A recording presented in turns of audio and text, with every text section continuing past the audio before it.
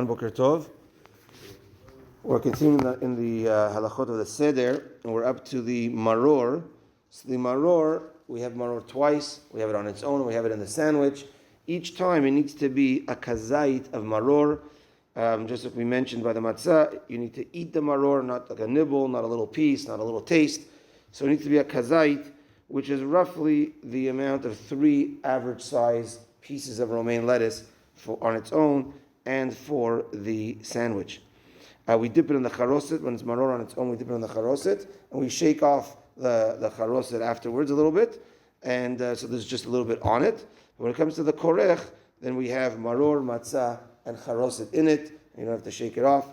And we don't put anything else in the sandwich. Don't put a piece of karpas, don't put some madbucha. You eat that in the meal. The sandwich is just matzah, maror, and charoset.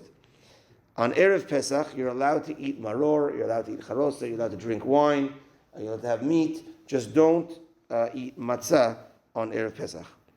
When it comes to the Afikoman, so we mentioned that the Afikoman has to be eaten and you're full, but it means that you're full through the eating of the Afikoman, not that you're eating on a full stomach. So you got to gauge it a little bit where you're not, now I'm stuffed and now I got to eat the Afikoman.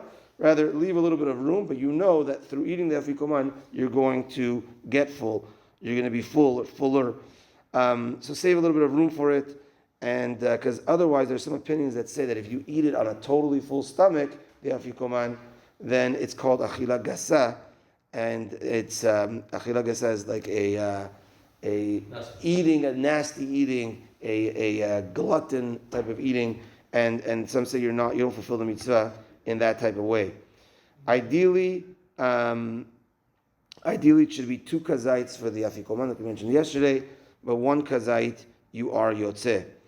You should finish the Afikoman before midnight. That's why chatzot is always mentioned. I think it's about 1:15 or 1:16 a.m. Make sure to eat it before then. And then at the Seder, because it is zecher the Korban Pesach, and the Korban Pesach had to be eaten before midnight. But because it's just a zecher the Korban Pesach, technically, if you did eat it afterwards, you are still yotzeh b'di'avad. You are still yotzeh. There are some that say that if you are seeing that you can't make it in time, the meal went long. We spoke about Yetziat Mitzrayim so much we didn't realize, and now we're in the middle of the meal and it's about 1:15 now. So in that case, if you really want to do it the right way, some say to eat it before 1:15 in the middle of your meal. Just pause and say, if I'm yotzeh now, I want to be yotzeh Afikoman. And then you continue with your meal, and then you have another Afikoman afterwards. But that's if you're really running late. But b'di'avad, if you have it even after 1:15, if you have it after chatzot, you are still yotzeh. After eating the Afikoman, you cannot eat anything else. The taste of matzah needs to be in your mouth. You could drink water, but you still do drink the 3rd and the 4th cup. But besides the 3rd and the 4th cup, no more wine. So the only thing you could have afterwards is water. And then we get to the Hallel. The Hallel should be sung and should be done with hitlahavut, with strength and vigor and praising HaKadosh Baruch Hu.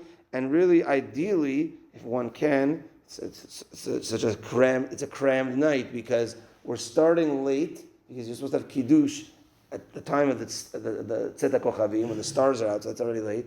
And you want to finish by midnight, which is chatzot, Afikoman, and really, ideally, if you could finish the Hallel and the 4th cup before chatzot as well, ideally, if you can.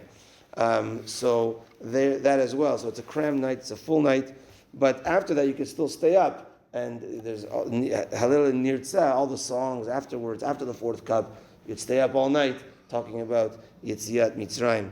Make sure to come for Shachrit the next day. Okay, so Mincha tonight at 6:30. My apologies. I'm going to be up north for most of Shabbat this week. My good friend Rabbi Kadosh's son's bar mitzvah. He came to us for Shabbat here, so I feel I have to go there and join them. So I'm going to be there for Friday night and Shabbat morning, but I will be back for the Shabbat HaGadol Drasha. That's going to be tomorrow at 6:40 p.m.